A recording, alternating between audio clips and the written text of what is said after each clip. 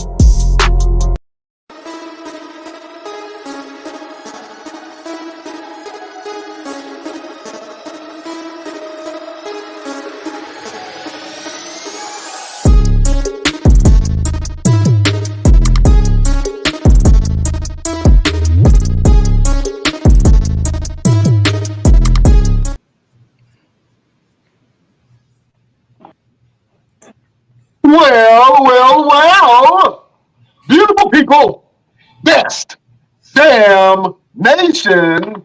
It is Wednesday, and you know what time it is. It is the Best Damn Wrestling Podcast. I am your humble host, Brian Renegade, and with me, I have the best damn crew. First of all, I have the chef of chefs. We call him Senor Fuego. He is the king of the kitchen, the one and only Chef Showtime. What's happening, Chef? What's good? How you guys doing? Oh man, blessed and highly favored, as the old folks would say. You like that? You like that? I know you like that. Next, we have the green-eyed bandit. In the dark alley, this man can either save your life or beat you up in front of your girlfriend. We call him the Brownsville Bully. He's your mama's favorite wrestler, and he can whoop your daddy ass. We call him the one and only Maniacal Doc Roosevelt. What's happening? What's going on, man? I'm surprised you didn't say Mr. Everything. Look at you. You're getting better and better. I'm progressing. You know what I'm saying? It's all about progression. That's it. It's become a part of the intro now. It's Roosevelt. Yeah. It's hard. I still revert back to saying Mr. Everything every once in a while, but you know, I'm trying. We're going to hear at least once or twice throughout the show. Once or twice, man. Ladies and gentlemen, we have a prodigy on the show. Excuse me, Roosevelt, can you please do the due diligence and introduce our esteemed guest, please? Absolutely. Ladies. First of all, before we even get started with introducing this man, calm down. Okay? Calm down. The brother, he's got goals. He's got his mind set on the books. Mm-hmm. Leave him alone. Leave him alone. Down. But, ladies and gentlemen, we have an amazing guest today. We have seen his dad here on the Best Damn Wrestling Podcast in the name of Chayce Coleman. This is the next generation of Colemans, the next generation of professional wrestlers, next generation of superstars. Ladies and gentlemen, we have in the house with us today, Chayce Coleman. Yeah, listen, first of all, I always wanted to have hair like yours. You know what I'm saying? I don't know, what you put in your hair, juice and berries, huh? Water and conditioner, man. This is all genetic. Some I'm people just sorry, lucky. no secrets, man. Some people are just lucky, man. Thank you for being on the show, my brother. Thank you for having me, man. This is a great honor. Look, I had to ask some questions. I was like, can I cuss in front of him? Is he old enough? I didn't know.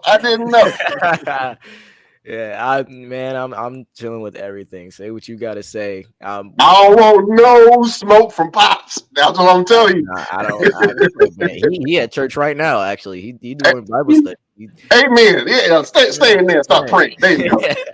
Listen, I'm gonna go ahead and get into it. I'm gonna get downright messy with it.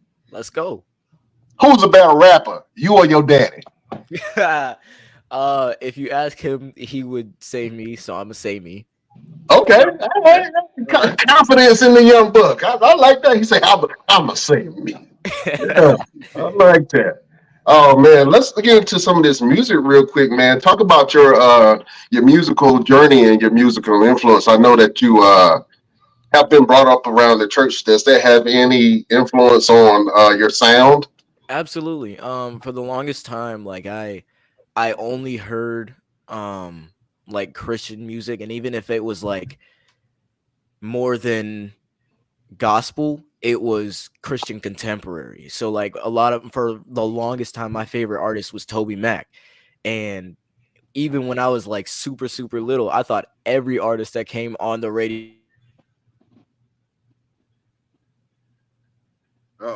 We've lost some quick technical difficulties, ladies and gentlemen, but just give us a second. He will be right back after these messages. He will be right back. There he is. They done tried to kick me out. They tried to kick you out. Yeah. They done tried to take me down, but I will not be stopped talking about Toby Mac. But yeah, for the longest time, I don't think I heard like, other than popular songs that were played at like school events and stuff like that, I don't think I heard music on my own until maybe 5th, 6th grade.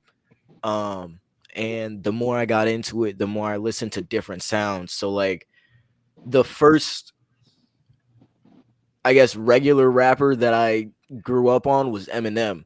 And it was really funny how that came about, because I was listening to a parody of a song that was in the style of him. And my dad was like, "Are you listening to Eminem?" And I was like, "No, who's that?" And he was like, "Look him up." So I did, and now we're here. Oh man, see, Eminem influenced the whole generation. Oh, absolutely, multiple generations. Yeah, man. Yeah. You know what's different about Eminem music, and when I was your age, I was listening to Eminem too. Mm-hmm. But man, listening to it now, it's a little different. I can't finish some of the songs. Some of the songs are a little strong. Yeah, you know what I'm saying? What you want to? What the who? You want to what? Where? Oh my god! What you gonna do to Kim? Yeah. Oh my bro, that Kim story was an entirely different legacy. That's crazy. Yeah. And like I think that song, like they tried to cancel him over the songs he did with Rihanna, and I found that funny because I was like, just don't let them listen to Kim. Yeah. No, that's not gonna end well for anybody. Nobody's. Oh man, so talk about some of your musical influences. You just mentioned Eminem, man. Who are some of your people that you listen to for musical inspiration? It's always changing. I definitely said Eminem. As I was going down that like rabbit hole of listening to music, I also discovered 21 Pilots through a friend of mine in middle school, and that also influences my sound. So I have like bits and pieces of a little bit of every genre, a little bit of every sound, because that all can create something original, you know? So 21 Pilots, Eminem, right now JID, I've been listening to a lot of pop rock, so like Jaden. I listen to Corpse, like every aspect of not only rap but music in general. I've always found interesting. I dig that, man. Well, for people that's not familiar with your music and some of your sound, man, you got a new track out that's called 911. Can you talk Yes. about that real quick? Oh, absolutely. So I'm working on a project called School's Out, and the entire premise of this album is a love story that goes on throughout a summer. And 911 is the first song on this rock album, which is the first time that they're seeing this from me, is a rock, like not only track but fully rock album. Um so I had a lot of fun with it. It was about a story that happened like multiple years ago, but you can just I have the ability to go back to that time. Like, what did I feel? What did I think? What was I how would I have responded to this? What was I thinking about in that moment? And I put all of that onto a song and add all that emotion as much as I can.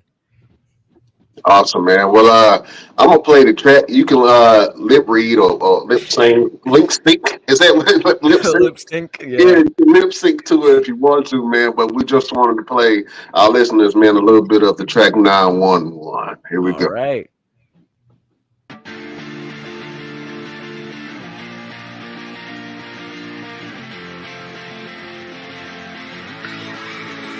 I can have any girl but the one that I want, cause the girl that loves me is not the girl that I love. Something's wrong with my brain, got me going insane. I'm not used to this pain, call 911. Is it my fault? I can't seem to move on, trying to find a way I could have treated you wrong. Feeling like I've always had the number 2 spot. Scantron, cause you're testing all the patience I got. Was it my fault? I can't seem to move on, trying to find a way I could have treated you wrong. Feeling like I've always had the number 2 spot. Scantron, cause you're testing all the patience I got. Bright city, but my heart is dark as ever. Gaining new people, but sometimes I gotta sever. Emotions fluctuating, and my heart is like a lever. But neither of those sides ever got me feeling better for long.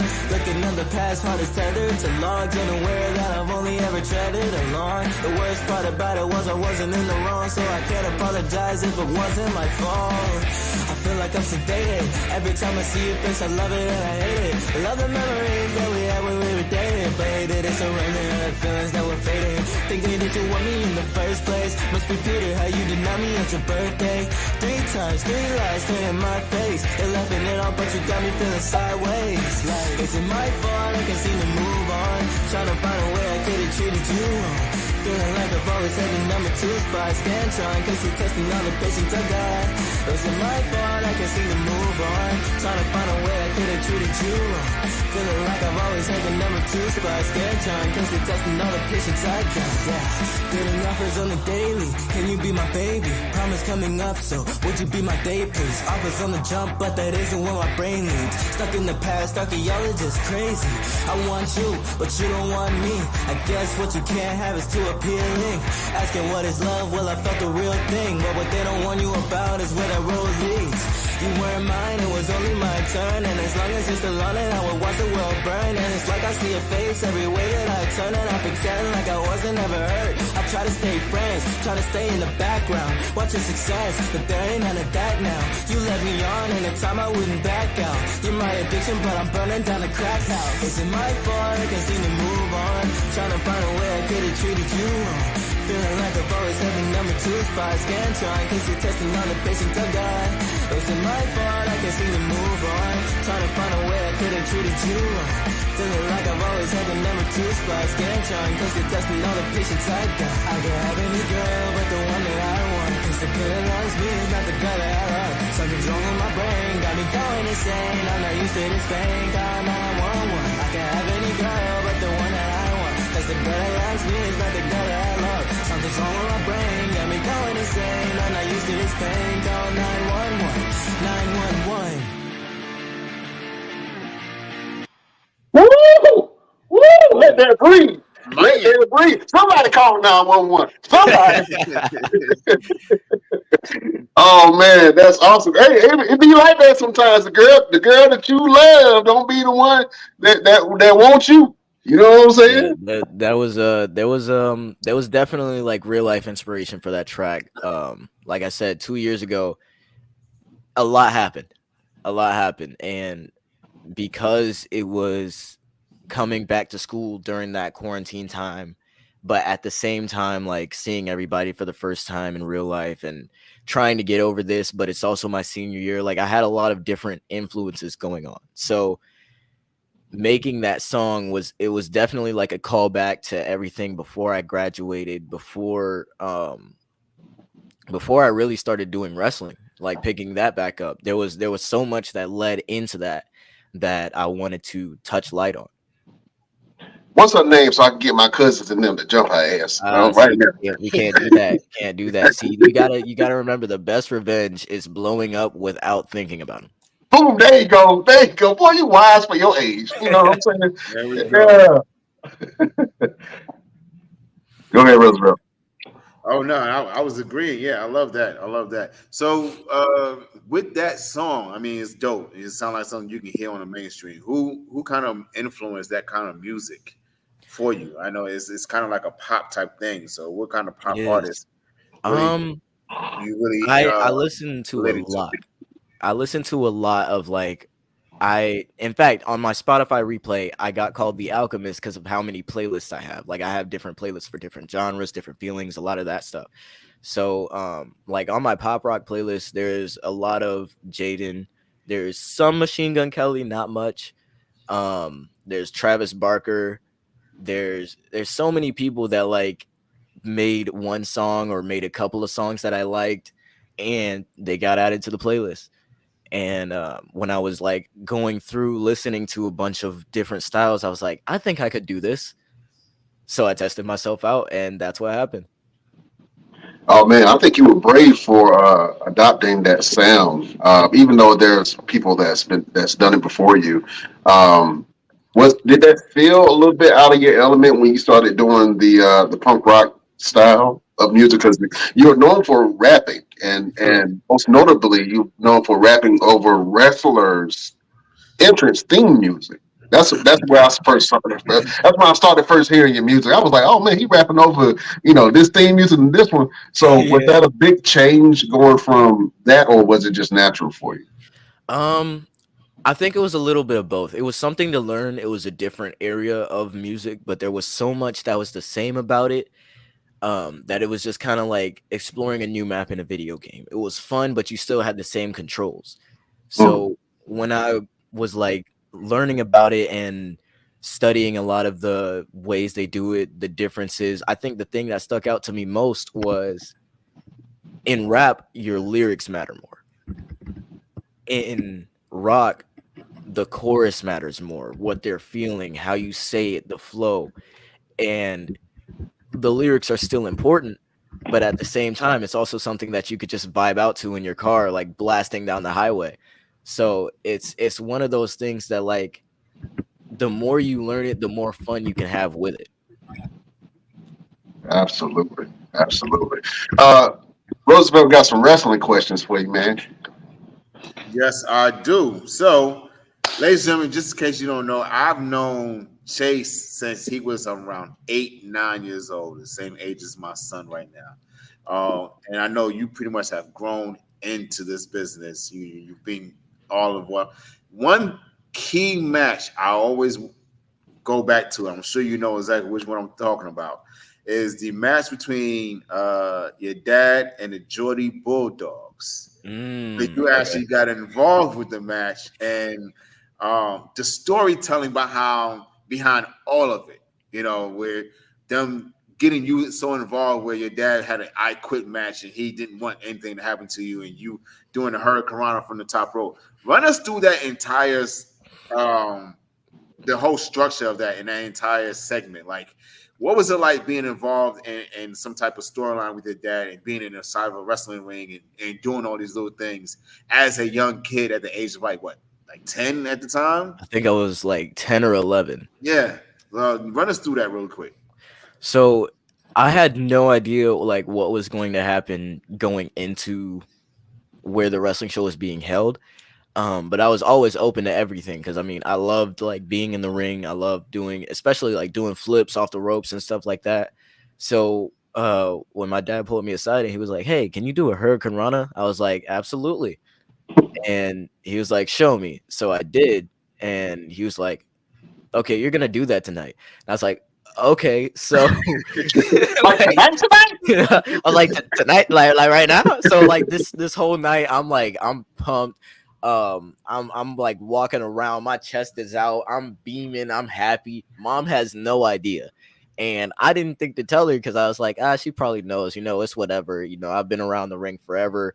And I might as well. And then when I did it, when the match actually happened and everything like worked through, I do the Hurricane Rana, I jump out, and this crowd of kids is like, "Yo, that was awesome, that was awesome."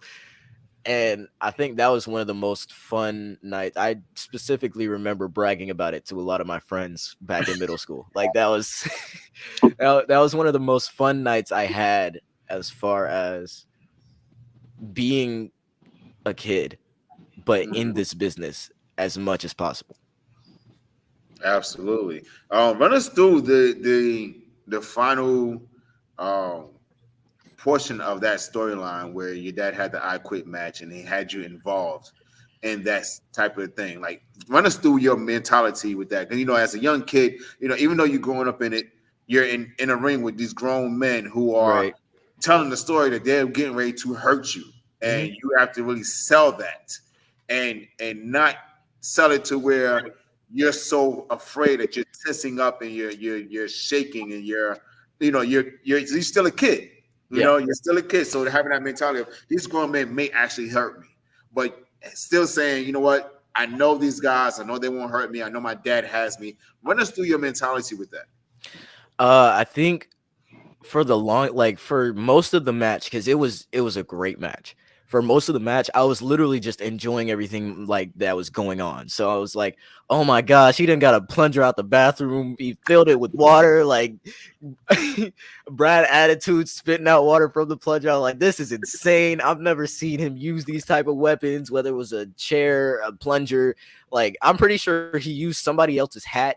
It was so much fun to watch, but like once it got to that point where he was handcuffs, I was like, okay, yeah, now I'm seeing it. I feel that this is messed up. He's about to hit my dad in the head with a chair and he's defenseless. He can't move. He's literally got like a maybe 3-foot range of motion. The ref's trying to get him out. So I slide up there. I'm trying to get him out and he's like, I'm gonna get you.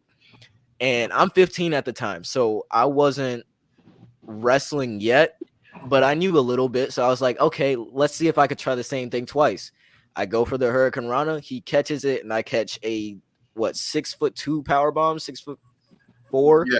I don't know how tall he is, but it was a high place to fall from. It was that definitely and I've watched that a couple times. In fact, DJ Dells, he has that part in his YouTube video.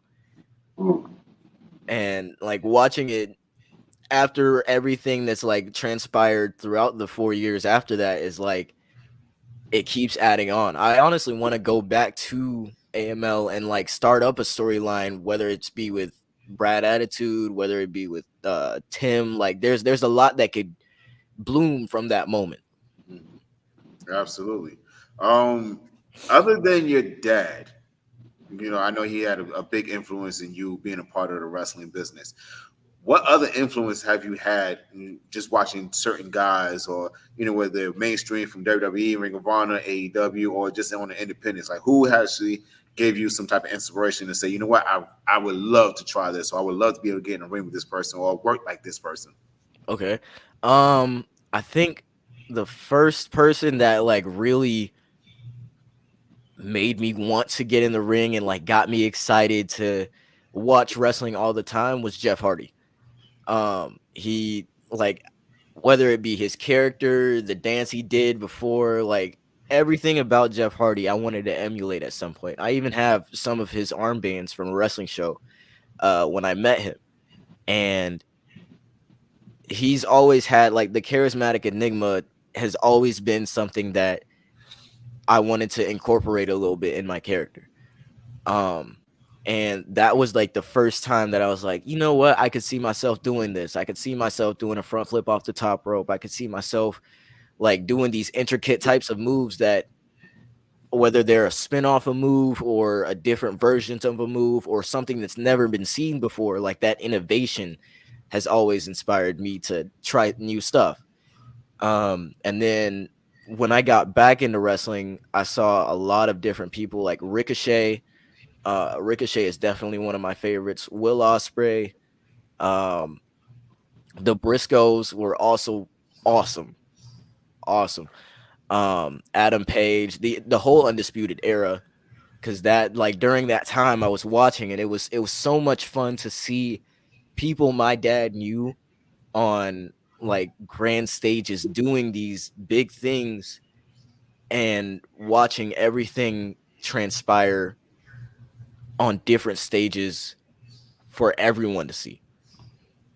So it's like, okay, I know people know him from this, but now they know him from this, and now they see him on this, and now they know he can do this. And like bringing in the Undisputed Era for the first War Games match, that was cool, and that was something that was innovated, that was brought on by people my dad knew. Gotcha. And I still owe the Undisputed Era some hands, you know. I owe them some hands. Right? I ain't gonna get into it too deep, but I owe them some hands. You know, I'm gonna get my get my hits back. I'm gonna get my hits I back. definitely I remember that as well. Yeah. You like seeing your stint in NXT was cool, but as soon as the Undisputed Era came out, I was like, they did my man dirty.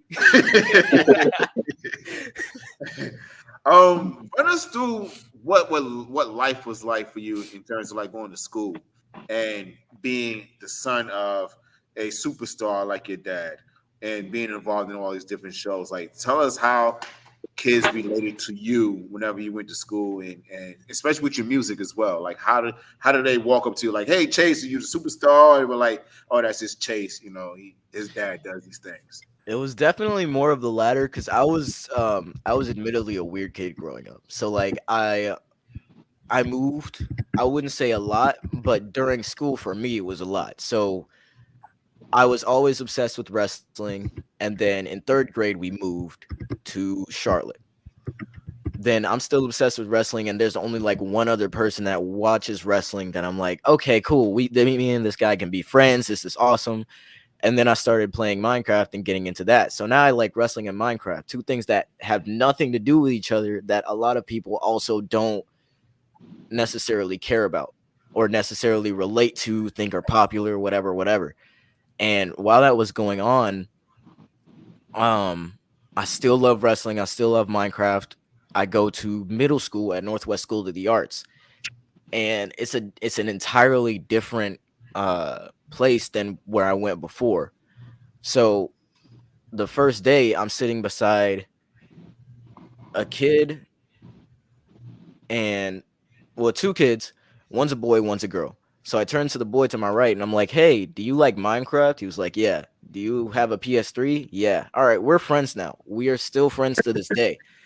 And we stuck together throughout that because both of us were kind of like the weirdos, but not the weirdos, if that makes sense. Right.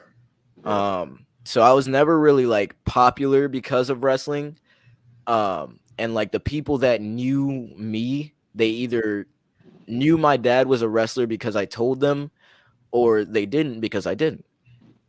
And it wasn't like I don't think I've had instances where it was like, hey, your dad's Chayce Coleman. I remember you, at least not in school. So I was definitely like I had a very normal childhood, except on weekends. Yes, every weekend is dedicated to wrestling. Oh, absolutely. Church. Yeah, wrestling like and church. having friends invite me out and be like, hey, you want to go to this? I'm like, brother, do you know what night it is? Brother, it's SummerSlam. Like, this is a family event. I'm not going nowhere. You're right. Oh man, you mentioned that you had the opportunity to meet some superstars, like you just mentioned Jeff Hardy, and yeah, you say he gave you some armbands. Yes. Oh man, see that's a lot cooler than my Jeff Hardy stuff. I met Jeff Hardy because he had the bubble guts and he was trying to figure out where the bathroom was. And he asked me, I had to point it to her. It's over there, dog. You know what I'm saying? And then I'm like, "Is that Jeff Hardy? That was Jeff Hardy." I ain't want to be weird and follow him to the bathroom. Like, "Hey man, Right. can you sign this receipt? Yeah, give me your autograph. Sign the back of this receipt real quick." But talk about some of the people that you come in contact with just because they know your dad or just because you're in wrestling. Talk about some of the people that you were able to meet. There's definitely been a few, and well, way more than a few. Recently I've met Roderick Strong. I met him at WrestleCade and saw him again at DPW, and he like had a full-on conversation with me, like actually talking to me, actually remembering who I am when he sees me. Like that was something that I hadn't always experienced in the business. So I Right. definitely want to give him a shout out because he gave me some pointers on what to do during wrestling. And I appreciate him for that. I'll be forever grateful for that. Recently I also met Shelton Benjamin. I had met him before as a kid, but I hadn't seen him like since I was able to say I'm in the business or I'm doing this now, I'm doing this now. So like he remembered me and he was like, "Hey, yeah, like how's your music going?" I was like, "He knows about that? It's great." Like that's awesome. And I think it was the night of that show that I went ahead and wrote the Ain't No Stopping Me remix. I saw that. Yeah. And I tagged him as a collaborator. I was like, I just want to see if it works. And he collaborated with me on it, and I was so happy that happened. I've met Paul London. I've met Adam Cole. I'm trying to think of names off the top of my head, but there are so many that I don't want to miss people. That's a cool brag in itself. It is. You know what I'm It saying? definitely is. I met so many famous people, I just forget names. You know what I'm saying? And a lot of these connections that you've made came from Omega too, right? Yes. Yeah. Meeting the Hardys, I actually met them first at my birthday. So like for my 8th or 9th birthday, my dad was like, "Hey, get in the car. We're going to Matt's." And I knew Matt at the time. So like I had always seen him, but I hadn't seen Jeff. And like every time I saw him, I would be like, "Yo, what's up? How you doing?" But I'd never seen him and Jeff in the same place. So we went to Matt's house. He has the shed with the ring in it, and it's nighttime. I think it was cold. It probably was because it was September. I walk in, I'm playing toys with Matt Hardy and saying hi to like Rebby, and he brings in Jeff, and I'm like, "Yo, this is awesome!" Like meeting the person that kind of got me into the business that I would like turn on Raw all the time and like can't wait to see. So meeting them was always cool, and I still like run into them at different shows. A lot of AML. It's always cool to see them because that's family. That's like my dad was trained by the Hardy Boys. Right. So like knowing them and knowing how well they know my dad, it's always cool to see him. Man, for my 8th birthday, I think I got a pack of gum and a Lion King tape. So that's pretty dope, man. You know what I'm saying? Your childhood is so much better than a lot of people. I tell you that. Oh, absolutely, absolutely. All right. So the ultimate question: how many phone numbers you done got because you done knew some of these guys?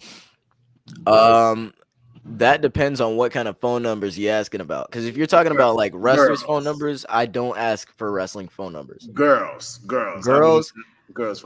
There's a very Don't incriminate yourself, young man. No, there's very few amount of women I know that watch wrestling. So I don't think I've ever like gotten a phone number because of the fact that they watch wrestling.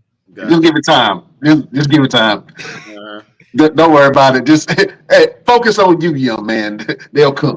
They will come. All right. So now you're wrestling. Now you're in Yes. the ring. You're taking bookings. And I actually remember your very first match. Mm-hmm. Yes. It was at your promotion. The company that I was working at, and you had a very good match with Cam Jackson. You guys went up there and really told a really great story. Run us through your first moment of training and how the transition was for you in terms of really learning everything from taking the bumps and figuring out who you were as a wrestler versus, a lot of people always say, you got to live up to your father's lineage and you walk in their shoes and yada yada yada. But you created your own path outside of Caprice. And a lot of people see it, and I really, really love that you do have that. But run us through that transition from just being a kid who has done a couple of spots with his dad to having your own lights and going out there and doing your own thing. It was actually after quarantine because I'd taken like my first bumps and everything. I knew how to do a lot of that. I was trained before I like started taking training as seriously as I do now. I was trained by Caleb Conley, George South, JD Drake, Jake Manning, and like I knew all of these people. I knew Savannah Evans. I'd done some training with Cozone, like at different seminars my dad was at, and I even knew Malachi like when we were all 13, 14, before the dreads, before Javon Evans. So so like I had always known, I always knew how to do flips, but at this time I wanted to learn how to wrestle. So I started wrestling and training under Lodi. So I'm now trained by Lodi and Arn Anderson. I was a little rusty on some things, but I was like, okay, I know how to take bumps. I know how to like bump and feed. Let me do this. Okay, here's how you give this move. And I came in with kind of a class of people, Duke Patterson, Nico J, and Bryson Key were the three main people that I clicked with as soon as I walked in because they were all like closer to my age. I also met Dante Khalifa pretty soon after that. Like a lot of people that I'm wrestling with now are the people that I've known throughout my training experience. And I was training for maybe 3-4 months before I had my first match. And that first day, I had no idea what I was going to do. Because originally, I was going to go to See No Evil in Gastonia and just see if I could get like a match or a spot in this Royal Rumble they had going on. And then I think you called my dad and was like, hey, I have this wrestling show on Monroe Road. Would you want to come? And my dad was like, hey, Chayce is wrestling now. I'll come if you give him his first match. So you did. It was me and Cam Jackson, and I had a whole lot of fun with it. And I think discovering my character was just a matter of what parts of myself I want people to see and what parts of myself I want to amplify.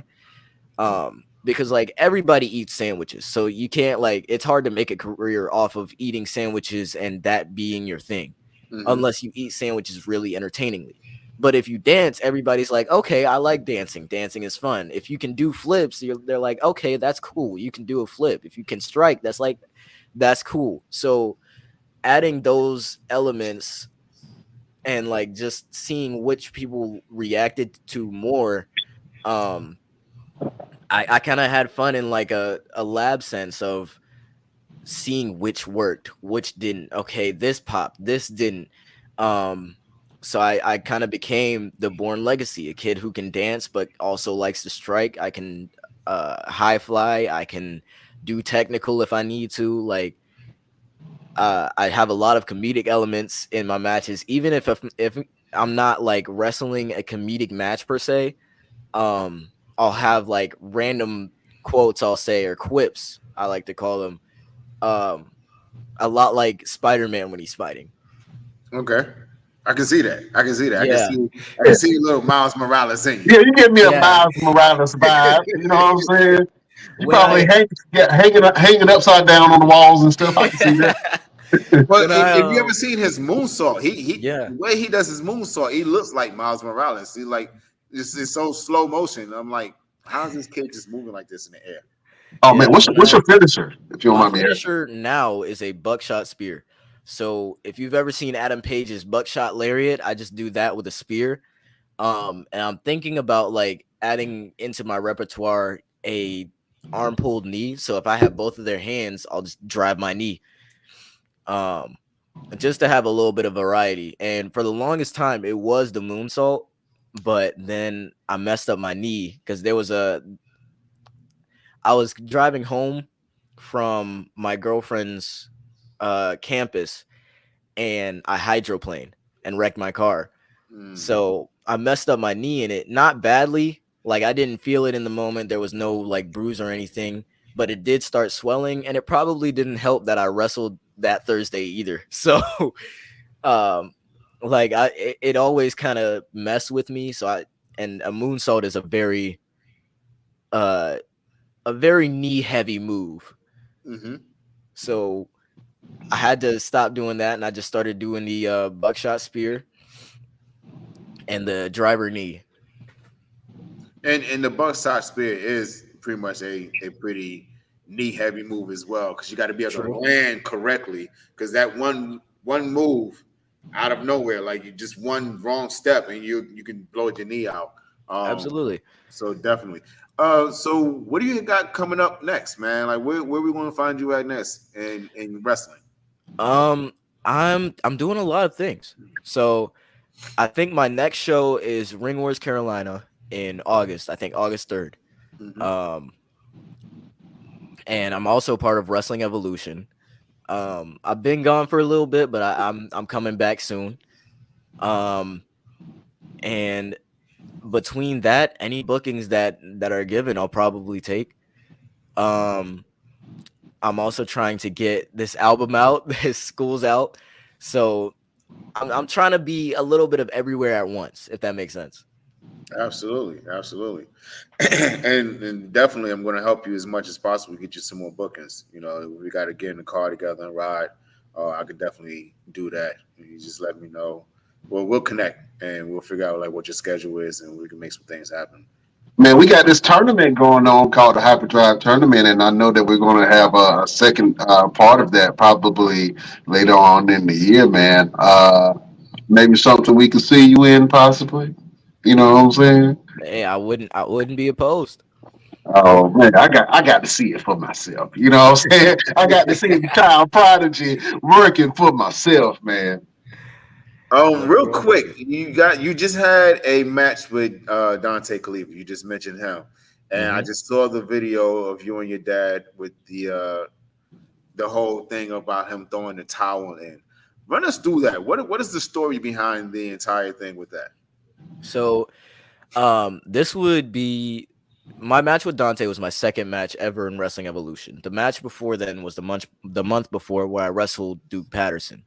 I got that victory, and Dante comes out, and my reaction was 100% genuine. Like I'm hugging fans, I'm high fiving, I'm having fun, and then I hear, "Hey, look here," and I'm like, "Yo, what?" So I get in the ring. I got in the ring, and he challenged me for the next show.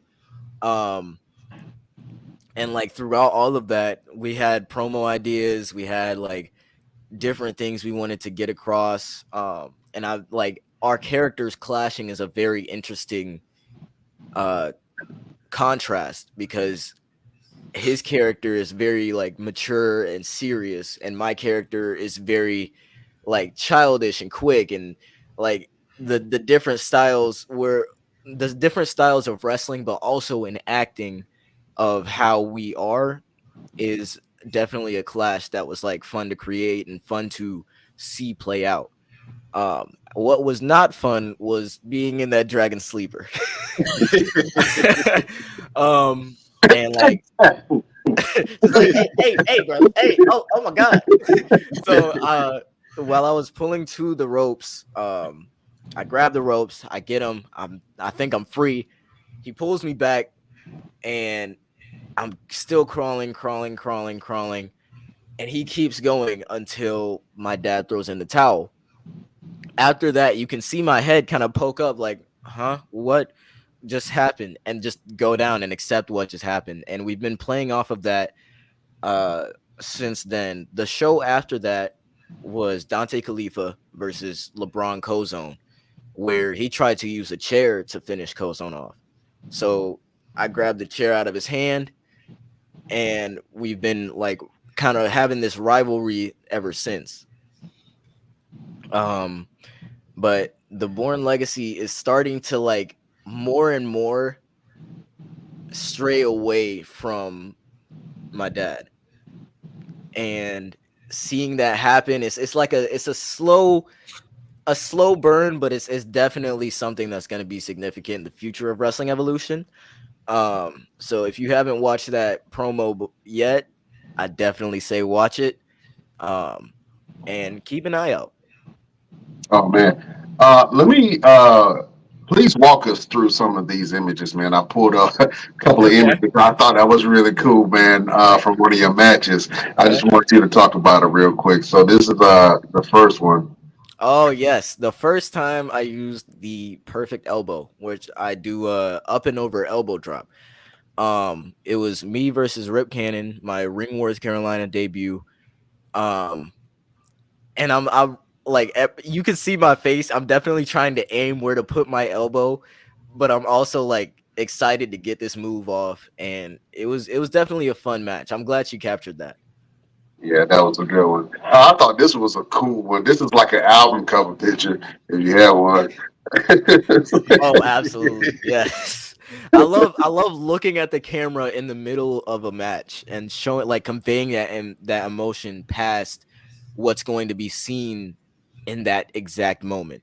Because yes, I love to include the fans. I love to include the crowd, but also showing I'm trying to win. I'm fighting. This is different. This is difficult. This is something I haven't, someone I haven't wrestled before. Even if I have, they're doing something I haven't seen before. I want to convey the fact that this is a struggle, even if I look like I'm having fun.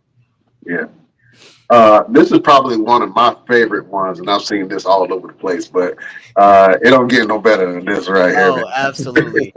That was after the calf kick I gave him, and that was like so much fun. I just got up and yelled. I had no idea what he was doing behind me, and I didn't see until after. She showed me the photos, and I was like, this is sick. Like this is the best. I don't want to say the best photo that's ever been taken of me, but in me of action at the time, it definitely was. Yeah, I saw that. I was like, man, what did he hit him with to make him do a handstand like that? The secret's out. It was a calf kick. It was a calf kick, boy. That calf kick looked dangerous, Jack. Oh, make a man stand on his head with feet, Oh, absolutely. feet straight up. Brother doing breakdancing moves. Yeah. Oh man, that's impressive, man. For your young career, man, I think that you have a lot of what the old folks call juice. You know what I'm saying? You got the juice, young man, and I would love to see more of you. Do you have any bigger aspirations of where you would want to land as far as a company is concerned? If you do continue to pursue the wrestling. I won't say there's a place I want to go to specifically. Of course, I want to like end up on grand stages, but whatever those may be. I've always like wanted to be a part of WWE, but I've also seen AEW. They've got a lot of good stuff going on right now. Will Ospreay's now signed. That match with Swerve was insane. The match with Daniel Bryan was amazing. And I want to be a part of that. Also seeing ROH, which technically right now is a branch of AEW, but like the history that ROH has, and not only within wrestling, but within my family, I definitely think is something that I would like to capitalize on. Maybe make a tour to Japan. I've always loved Japan, so definitely would like to, go out there. I think the main thing for me is I want to keep wrestling until I stop learning, because the moment you stop learning is when things get stale. Let's go to Roosevelt, or Mr. Everything as he is most professionally known. What advice would you give to Chayce Coleman, man? Because You've been in the game for some time, and you've actually were able to train quite a few people, man. So, what advice would you give the young brother? Just remain humble. I mean, you're on the right path. You got the right people behind you, beside you, and showing you the right way. Just one of the things is staying humble, and like you said, man, just keep learning. You know, you never stop learning, and don't be afraid to kind of step outside the box. You know, you have your own path. You're not really walking in your dad's shadow or trying to live up to what he's done. You actually carved your own stone and put your own name on the proverbial uh, book of wrestling. So you know, just continue doing what you're doing, man. And real quick, I got a real important question to ask. Right. Okay, you know what I'm saying? Okay. Because your dad, and you can quote me on this. You can tell him your dad been ducking me, man. Dad Shot been fired. ducking me, man. Okay, I got a promo, and I'm gonna find it. And I'm gonna send it to you. Where your dad jumped in the middle of my promo, and he challenged me to a match, right? And this is at NML, and every time I would ask him, I say, "Hey, when we gonna have this match?" And he keep telling me he gotta get his cardio up. I don't know what that means because your dad is a machine. I don't know what that means, but he ready to do a tag team. He want to be a tag team, but he don't want to have a one-on-one. So since your dad keeps ducking me, how about me and you tie it up a little bit? What do you think? Starting to sound a little bit like the Khalifa. Yeah. I have no idea where that came from, and I got nothing to do with that. But at the same time, I'm open to any and all challenges, so I might as well. I definitely would mix it up in the ring with you, especially knowing one, how long you've been doing this, but knowing who you are as a wrestler and a person. You've had a couple significant places in my life, so I'd definitely be down to step in the ring with you. It don't have to be for my dad though. It doesn't have to be about that. You know, like he got his own beefs. He got his own. He got his own things going on. I had no idea. His cardio's great. His cardio's better than mine. I'll be honest. Like he's great. So I think he might just be trying to walk his fish on you, bro. I don't walk his fish. Like giving crazy excuses. Like, I gotta walk my fish. Teach him. Okay. I gotta sweep the roof.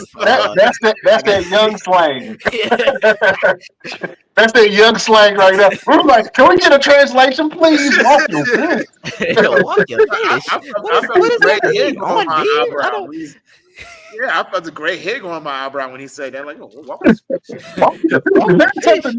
That makes no sense. That's the point. It's not supposed to make sense. I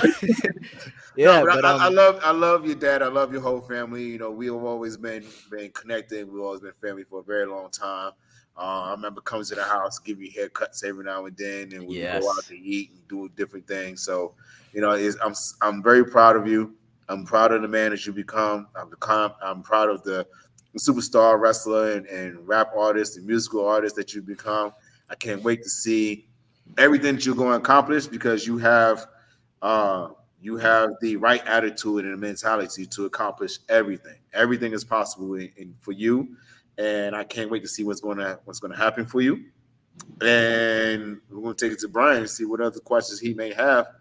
And Enough with all this sentimental love stuff. Enough. Which I appreciate. We choose war. That's what we choose. We choose war, and we have to go to battle. There's this segment that we have where your dad had to fend for his life. Oh Lord! In this segment, we got to go to school, man. I want you to cut a scathing promo against your nemesis, your one and only opponent, the evil, maniacal Roosevelt. Beautiful people, we going to promo school. All right. All right, who got first? Chayce got first. And it's not only your dad, but everybody has had to come through this school and do a promo against me. Every guest we've had Rhett Titus, we've had Austin Aries, we've had Gangrel, we have Ron Simmons. Everybody had to go through this. You got to go through it today. You got first. Let's see what you got. All right. Victor Andrews, a name that's rung through North Carolina for a very, very long time, and one that I'm very familiar with. It's going to be a crazy awakening when you realize I'm not the same kid that would watch you get haircuts in the living room. And I'm definitely not the same kid that was sitting in the crowd cheering you on, because I definitely won't be cheering you on when I'm standing in front of you. You see, these fists got fires and these kicks got flavor. The dragon is here, and I cut you like a taper. We finna go crazy. We finna go wild. The Born Legacy versus Mr. Everything. It's gonna be a great night. For who? That's for me to decide. Oh, your boy got chops. Woo! Woo! You hear that? You hear that? Huh? Sound like an ass whooping to me. Man, let's talk about it. Roosevelt, what you got to say, man? The young boy came ablazing, you know what I'm saying? Spitting that hot fire. You know what I'm saying? What you think about it? What you got to say for yourself?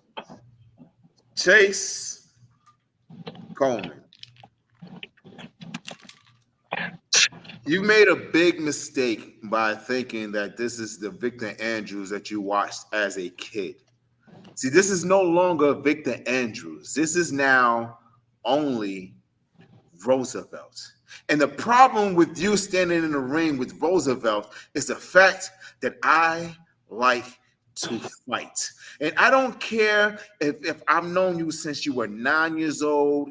I don't care if you cheered for me. I don't care that you got this music career. In fact, once you step in the ring with me, the main thing you need to have on speed dial will be 911.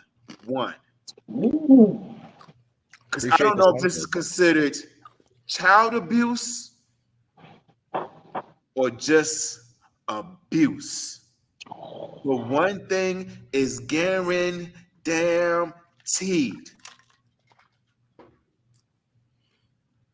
When the night is done, you'll know that you were in a fight with a man who likes to fight. Mm. There you go. And Interesting. Oh man, battle for the ages. Oh man, listen. You go. What if his daddy jump in this thing? You know what I'm saying? You know what I mean? Well, now he's dead. I'm gonna hope there are no towels involved. There you go. There you go. He said, "Leave Caprice ass at home." You like to throw in towels and stuff. Daddy, I want to pass out on my own. Oh man, that was a great promo battle from the one and only Roosevelt and the young Thriller, Chayce Coleman. Do you have any monikers yet? The Born Legacy, and also when I was really young, I didn't get to meet Ricky the Dragon Steamboat, but my dad did, and for the longest time I called myself the Dragon as a wrestling name, and he gave me the permission to use it. So I'm gonna start using it. I might as well. I got the blessing from the Dragon himself, one of the best ever, you know. So the Dragon, the Born Legacy, one half of the Ageless Legacy, and many more to come, hopefully.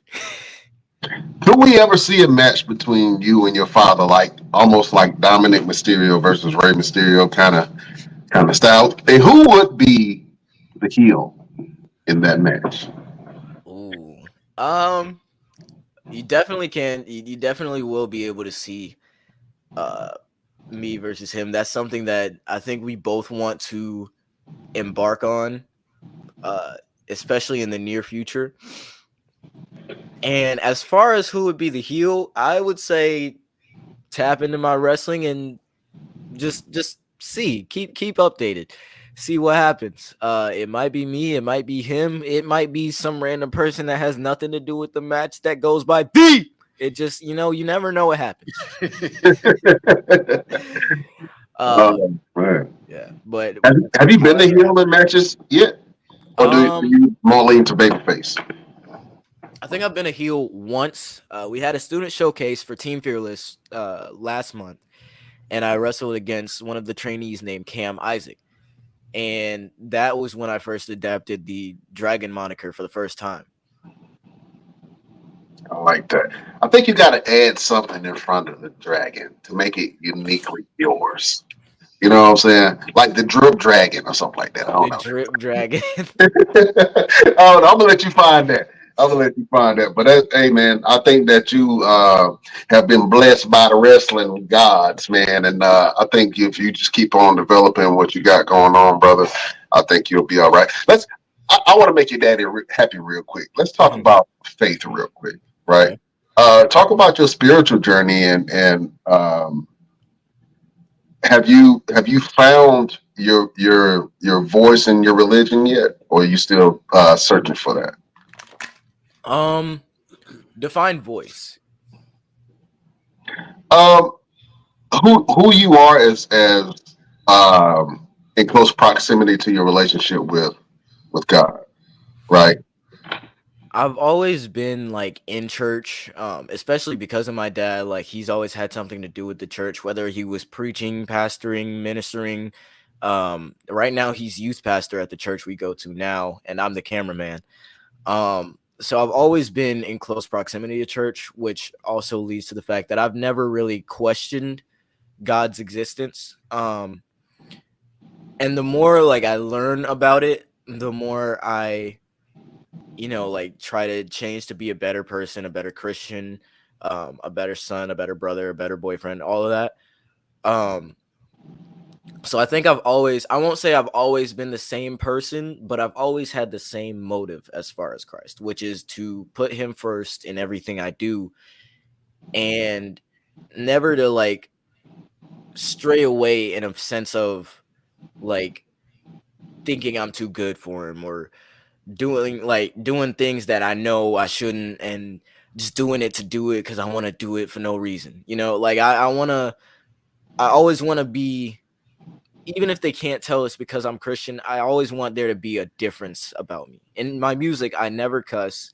I have a friend who's on a couple of songs that says whatever he wants, but I personally never cuss in my music, and that's partially because of the fact that I'm a Christian. And there are so many words in the dictionary that I can rhyme without saying 5 of them, Like, it's definitely something that I work around, and I love the challenge of it because there's so much of it that there's so many people that don't do that today where they rhyme the same word 4 times, and if you take that out, I want to see what's still left. Real quick, you did just mention being a big brother. Mm-hmm. Your little sister, what is it like watching her grow up? Because you guys grow up really, really fast, but watching her grow up and being that big brother that needs to make sure that you do everything right because she's watching every step that you make. And in terms of your music, going to school, doing things, what is it like, and how do you navigate through that?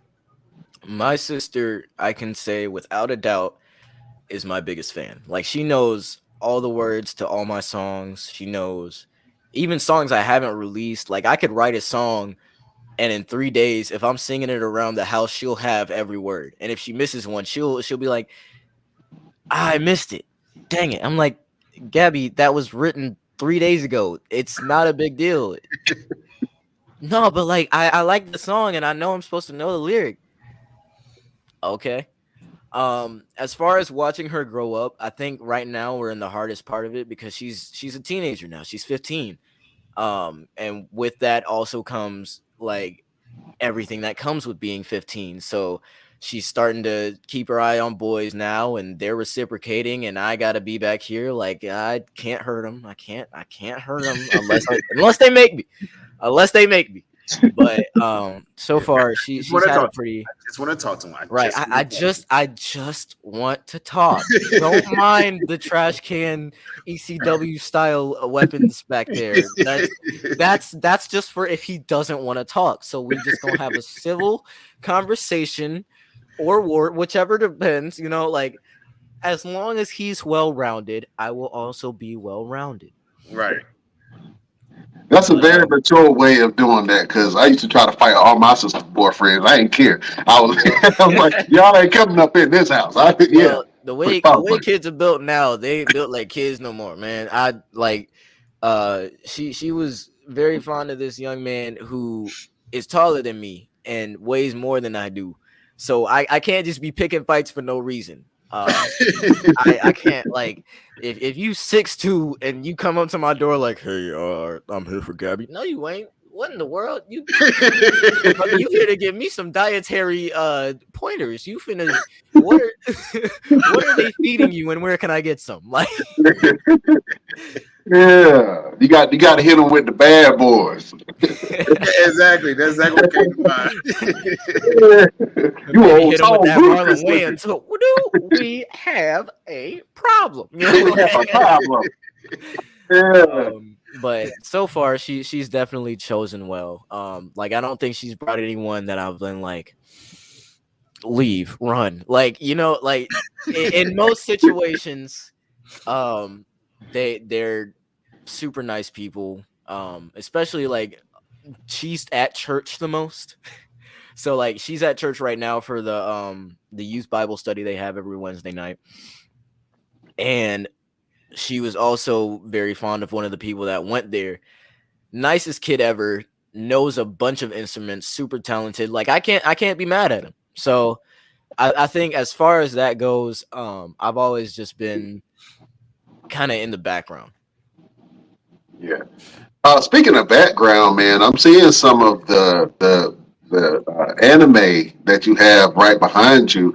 Did you draw those, or was it something that you just pulled from somewhere? So this one right here, I did draw. That was for a school project, and it was back when I think I was in senior year, and I had a movie class, which is wild, but I'm still friends with that teacher to this day.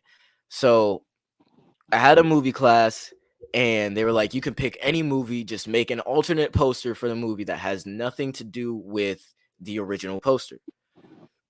So in Japanese over here, I'm trying to figure this out mirror wise.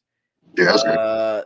The last the 7th Hokage, and then the last Uchiha. It's Sasuke and Naruto bonds. So Okay. like that's the one I have drawn. The one behind me right here, that was a gift from a friend of mine. And then the poster behind me, that's probably the most popular Naruto poster. But I'm definitely like, I'm known enough for liking anime that I've gotten a few gifts. That's dope. I think, see, this is the thing with anime. I think that our generations really don't see eye to eye on what's the best anime cartoon, period. For me, in my generation, it was Dragon Ball Z. I think for you and your generation, it's like Naruto. And in my mind, the two ain't even the same. They're definitely not the same. And I also don't think that everyone can agree on like the top 4 animes, which would probably be Naruto, Bleach, Dragon Ball, and the 4th one always changes. Some people say it's Demon Slayer. I don't think that's necessarily true. Some people think it's Hunter x Hunter. Some people think it's Attack on Titan. But there's always going to be the big 3, which is Naruto, Bleach, One Piece, and then the grandfather, Dragon Ball Z. Absolutely. I got to go a little bit further, like Gundam. Okay. Yeah, got to go a little bit further back into the 80s. But yeah, man, that's interesting to see how this generation has really taken to anime and taken to video games, man. I mean, you guys are doing something that we can only dream of. Like I know cats that's making like millions of dollars just playing video games. Yeah, And that was something I dreamed about being a kid. You know what I'm saying? yes. Oh my gosh. I have an idea for a video game. So if you know any developers, let me know. But like I've always been, as soon as I figured out what video games were, like I even heard stories of myself. I've always been a gamer. I used to have this Winnie the Pooh game when I was living in Kuwait at like 2 or 3 years old that I would play all the time. Then we got a Wii and I was playing WWE all the time. Then we got like more WWE games. Then I heard about Minecraft and I was playing that all the time. And now I have a PlayStation and I have games I play on my computer to where like I'm kind of well versed in gaming. So like even if I haven't played the game necessarily, I've probably watched a gameplay on it or like watched a commentary or watched a video about it. And as far as anime goes, like I'm probably very mainstream in it because I kind of discovered it on my own. Like I was always told about Naruto, and even now that's my favorite anime is Naruto Shippuden. But everything out after that was kind of just like, okay, I've heard about this one, let me check it out. Oh, this one sounds kind of cool, let me check it out. Another one of my favorites I think is Death Note. Death Note is a really good one, and I say that because it's a psychological anime that's not necessarily scary, but it keeps you in because you're like, okay, what's gonna happen to this guy? Okay, how's he gonna deal with this problem? Okay, I know they know he killed this one, but they don't know it was him. So are they gonna find out it was him? And how's he gonna like? It's an entire brain race. There's no like fighting in the anime, but all of it is action packed like brain sequences. See, I can't do the scary anime. I couldn't watch Scooby Doo at night. You know what I'm saying? So Scooby Doo at night scared the hell out of me. For those meddling kids. Yeah, those meddling kids.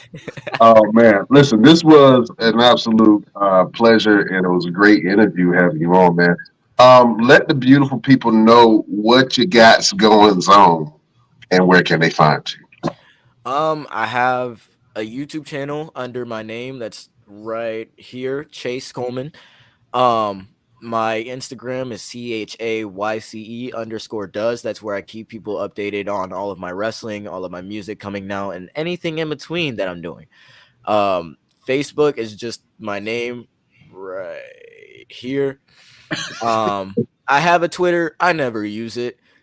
So Twitter's weird now.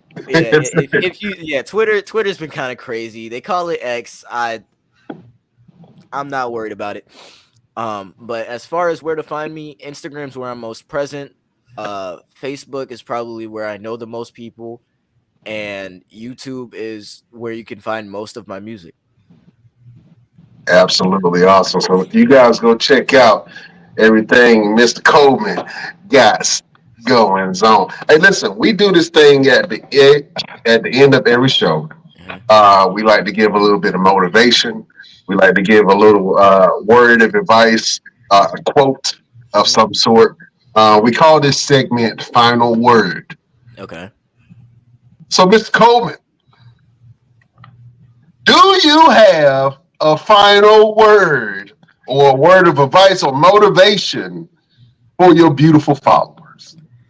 I'm very big on ominous positivity. So I think what I'll use is, why do you think you can stop God's plan for you? What made you think you're that powerful? Hey, I wasn't even ready for that one. Woo. Say that one more again. Say it one more again. Why do you think you can stop God's plan for you? What makes you think you're that powerful? Man, I'm gonna spend all night thinking about that one. That's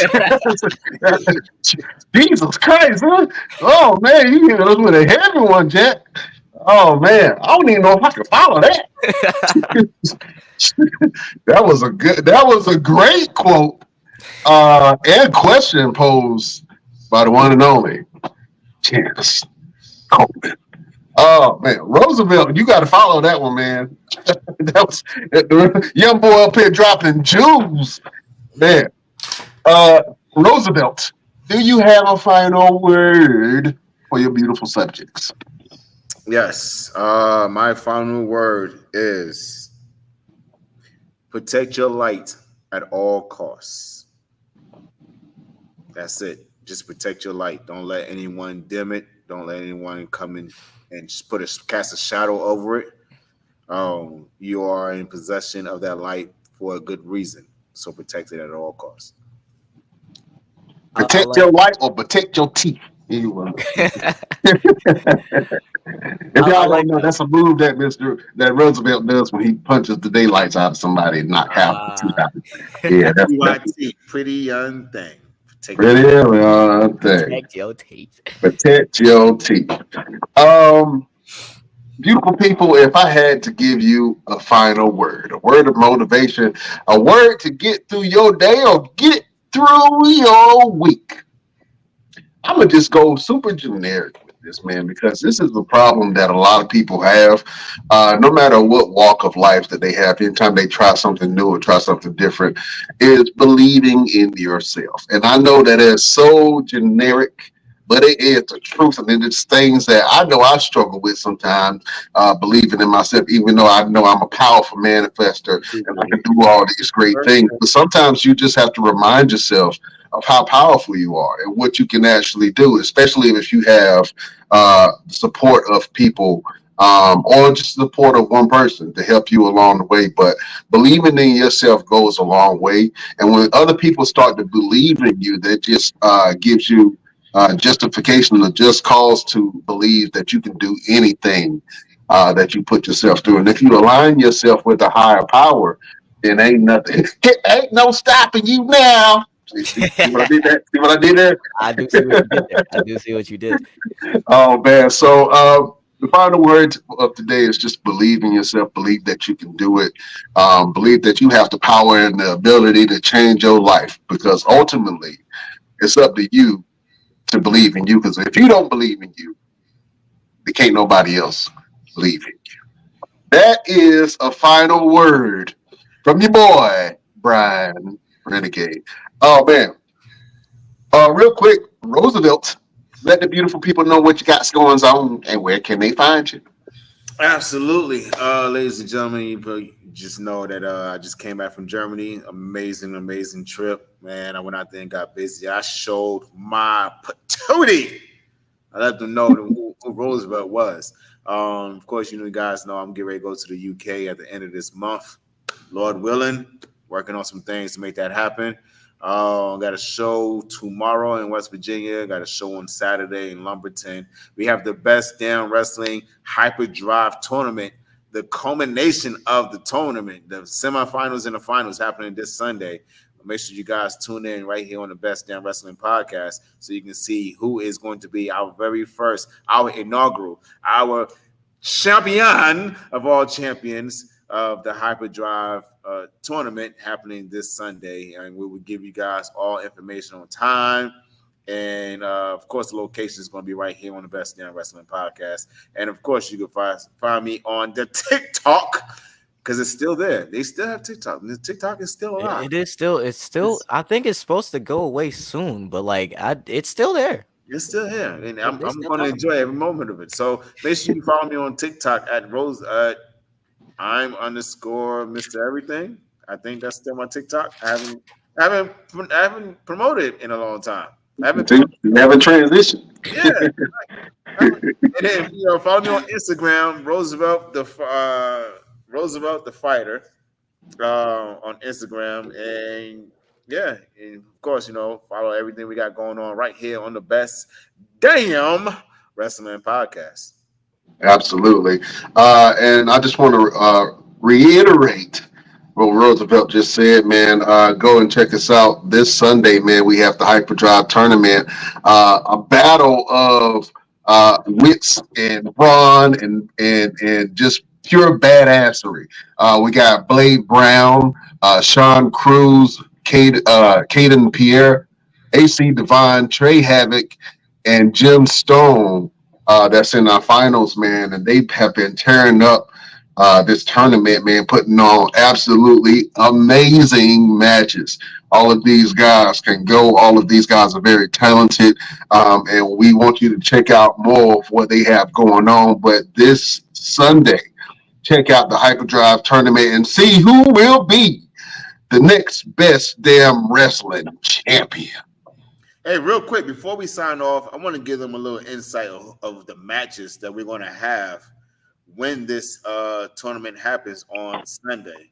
Let's see, where is my notes? Get the notes. Where's the notes? You know we live, right? Yes, I know. Yeah, here we go. I got it right here. All right. So on this Sunday, to find out who is going to be our inaugural champion, we have Blade Brown versus Jim Stone. That's going to be something.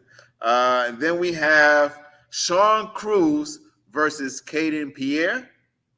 And we have Trey Havoc versus AC Divine. These are some matches that you guys are not going to see pretty much anywhere else. And I'm excited to see who is going to come out on top and who's going to make it to the finals and who's going to win our beautiful Best Damn Wrestling Hyperdrive Championship.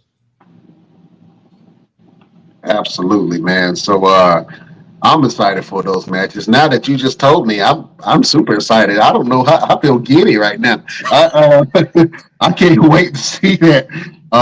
This is going to be interesting. Real quick, Chase, have you had the opportunity to get in the ring with any of these guys, or would you like to at some point?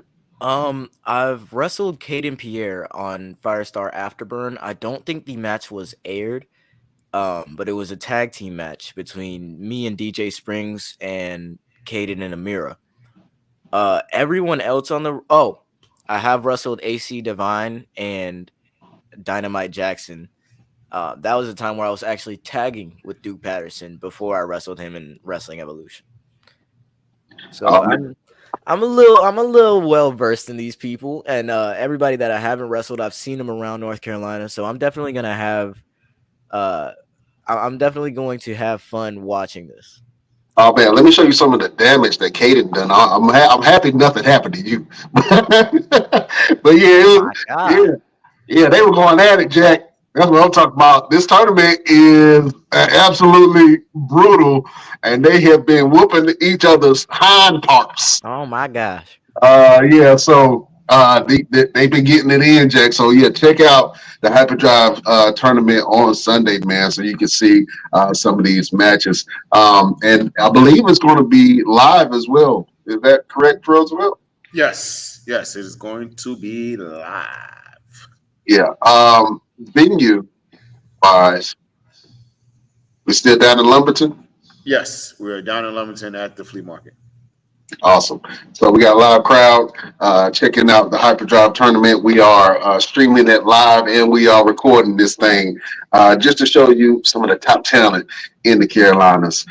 So check it out whenever you get a chance.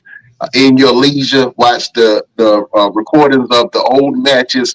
You will not be disappointed. And my name is Brian Renegade. If you want to follow me, you can follow me on all platforms at Brian Renegade. And you can go and follow the Best Damn Wrestling Podcast. We have an Instagram. You can check out our Instagram at the Best Damn Wrestling Podcast. You can go over to our Facebook group, Best Damn Wrestling Podcast. We got a Facebook page where we put all of our content, the BD Wrestling Podcast. You can check us on X. Or Twitter, as it was formerly known as, at Best Damn Crew. We got a Twitch. You can follow us on Twitch at the Best Damn Wrestling Podcast. We even got a TikTok, and you can visit our TikTok at Best Damn Wrestling Crew. And you can go to our damn store, www.bestdamnwrestlingstore.com. We got all kind of stuff. We got hoodies, we got shirts, we got all kind of memorabilia for you. So whenever you get a chance to, if you want some good quality clothing, go to our Best Damn store and get you some damn merchandise. Damn it. All right, that's all the cursing I'm going to do. I'm sorry. I just love how he fixed his glasses before he said the last one. I got to make sure he had clarity. You know what I'm saying? I told you could say 5 curse words. You said 72 of them. Well, I want to get Chase to say. Told me to I just want to get. I want to get Chayce to say one. Just one curse word. Ain't nobody from your church listening. Just one small. It's in the title, so damn is in the Bible. So I just want you to say one curse word for me. I want you to help us sign off. Okay, so I'm going to say the best, and I want you to give me your best damn once I point to you. Oh, channel. I mean, this is your only time that you can curse, and you ain't gonna get in trouble for it. Yeah, you ain't gonna get in trouble. And if any heat come down from your pops, Roosevelt will handle that. I knew you was gonna do it. Roosevelt will handle that. I'm gonna be right here. Yeah, if there's any heat that come down from your pops about you cussing on the show, he gonna have to deal with Roosevelt. he gonna have to deal with Roosevelt, not me. Yeah, he gonna have to deal with Roosevelt, not me. I got nothing to do with that. Yeah, I ain't had nothing. He gonna have to deal with Roosevelt. I told him to do it, but I ain't had nothing to do with it. Oh man, listen, people. We can't hold you no longer. Follow us on all of our social medias. Check us out what we got going on. Check out Chayce Coleman, young, brilliant young man. Thank you for coming on this show, man. You are a breath of fresh air, sir. Breath of fresh air. Yeah. Roosevelt, you are a fart in the bag. That's what you. I was trying to make a comparison, man. Don't look at me like that. Hey, see, now I feel like you're gonna have heat with more than my pops, because you might have both of them tag teaming against you if you just said that. Well, if that happens, then I'm going to require the services of a young dragon. You know what I'm saying? Right. I'm gonna need some backup from the young dragon. Right. You know what I'm saying? Right. With the flavorful feet. What do you say?